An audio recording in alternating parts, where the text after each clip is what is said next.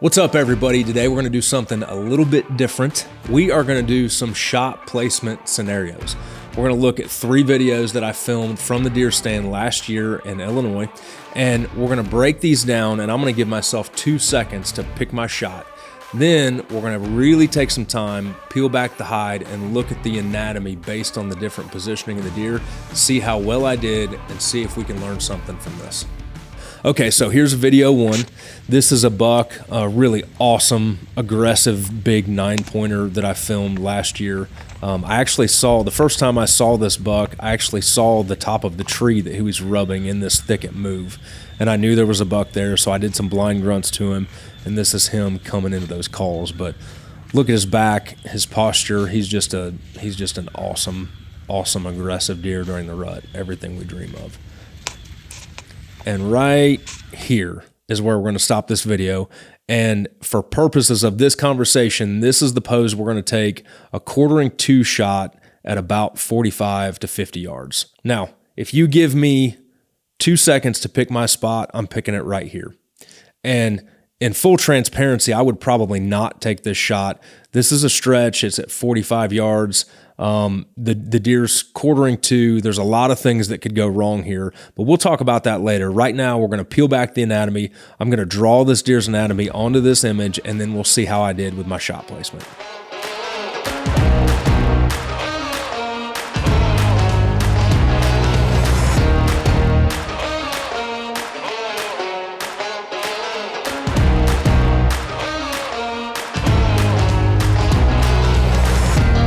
Okay, so here is my shot placement. And again, if you give me just a really quick, I got to pick one and aim and shoot, it's going to be right here.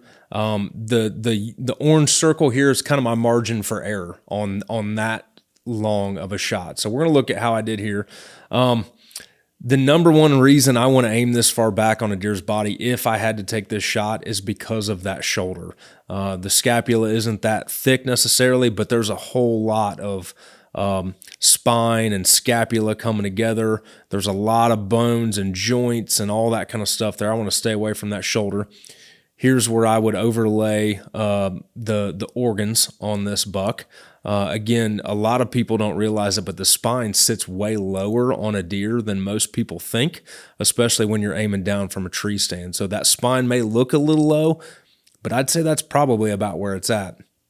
This you can see here, if we take the skeleton off, we're looking at basically nicking a lung and a liver and guts. Best case scenario. Okay, here's scenario 2. Side note, this is a deer that I noticed and filmed 3 years in a row, and I thought this was going to be the year that he blew up, but he did not. So I passed him, and he walked right underneath my tree, and then he got hit by a car the following winter. So anyway, it happens. Here's what this deer is going to do, and we're going to stop it right here. So if you give me a chance, right here is where I'm going to shoot. Again, this is a 3-yard shot and very close. Can look like a chip shot, but you don't want to shoot low. You can get one lung. I've actually done that before. You definitely don't want to get too far in front to the left here because you've got that limb coming into play and then obviously the shoulder on the front side. So easy shot, just got to take your time and make it.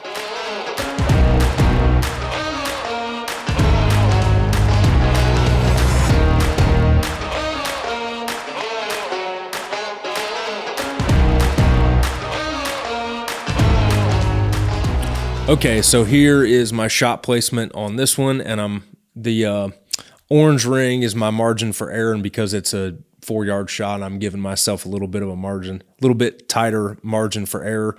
Probably going to hit right in here somewhere, but let's see what that looks like. So, we're well away from the shoulder up front here, still below the spine, right dead center in the ribs. and we're probably looking at a double lung right here. You know, I'm not the type to risk that front shoulder. I'm not really a big fan of it, so I would not try to go for a heart shot. If you shoot low or high, you could run into some bone. I'm probably going to try to go double lung right there. So again, this is a pretty safe shot, but again, just watch out because the lungs, you know, sit apart from each other and they're not necessarily one giant organ. So if you shoot a little bit low, you could absolutely clip only one lung, not get the other lung, and you should have a really big exit hole in the bottom, but you just never know. One lungs are kind of a dangerous shot because we tend to overestimate our ability there and they can lead to some issues. So that's where I would shoot that one. Okay, so last shot, this is actually a buck that I grunted in at my buddy Ed's place, and he's past me, gone underneath, and he's looking for the buck on the other side of this little creek here.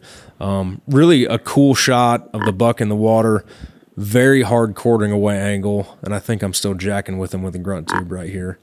But we're going to take a look at this one right here as an example of a really hard quartering away shot.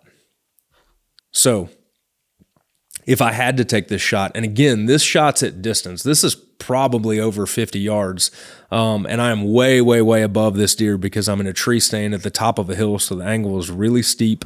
But if I had to take this shot, I would aim right here.